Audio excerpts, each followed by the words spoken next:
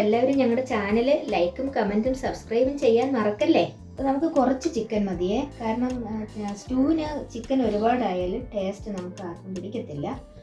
പിന്നെ ഞാനിവിടെ ചേർക്കുന്നത് കൊച്ചുള്ളിയാണ്. ഞങ്ങൾ ചിക്കൻ വയ്ക്കുമ്പോൾ സാധാരണ ഏറ്റവും കൂടുതൽ ചേർക്കുന്ന കൊച്ചുള്ളിയാണ്.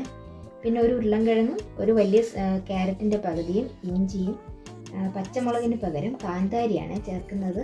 വലിയ ദോഷമില്ലാതെ കിട്ടുന്നുവെങ്കിൽ കാന്താരി ചേർക്കുന്നതായിരിക്കും നല്ലത്. കാന്താരി മുളക് ഏറ്റവും നല്ലതാണ്. ഇനി ഇതെല്ലാം കൂടെ നമുക്കൊന്ന് ചോപ്പ് ചെയ്തെടുക്കാവേ.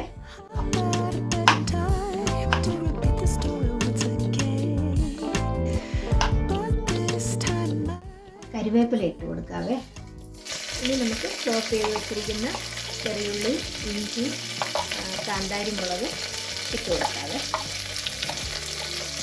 നമുക്ക് ആവശ്യത്തിന് ഉപ്പിട്ട് കൊടുക്കാവേ. ഇതിലേക്ക് നമുക്ക് കുറച്ച് മഞ്ഞൾപ്പൊടി ഇട്ട് കൊടുക്കാവേ. ഇപ്പോൾ ഇത് കുറച്ച് വഴണ്ടിട്ടുണ്ട്, അതിലേക്ക് മഞ്ഞൾപ്പൊടി ഇട്ട് കൊടുക്കാവേ. ഇതിലേക്ക് നമുക്ക് അരിഞ്ഞു വെച്ചിരിക്കുന്ന ക്യാരറ്റും ഉരുളൻകിഴങ്ങും ഇട്ട് കൊടുക്കാവേ. ഇതിലേക്ക് നമുക്ക് അല്പം മല്ലിയില ഇട്ട് കൊടുക്കാവേ. സ്റ്റൂ ആയതുകൊണ്ട് ഒത്തിരി കൂടിയാൽ ചുവ വരും. കുറച്ച് മല്ലിയില ഇട്ട് കൊടുക്കാവേ. ഇതിലേക്ക് നമുക്ക് അല്പം കുരുമുളക് പൊടിയും കൂടെ ചേർത്ത് കൊടുക്കാവേ.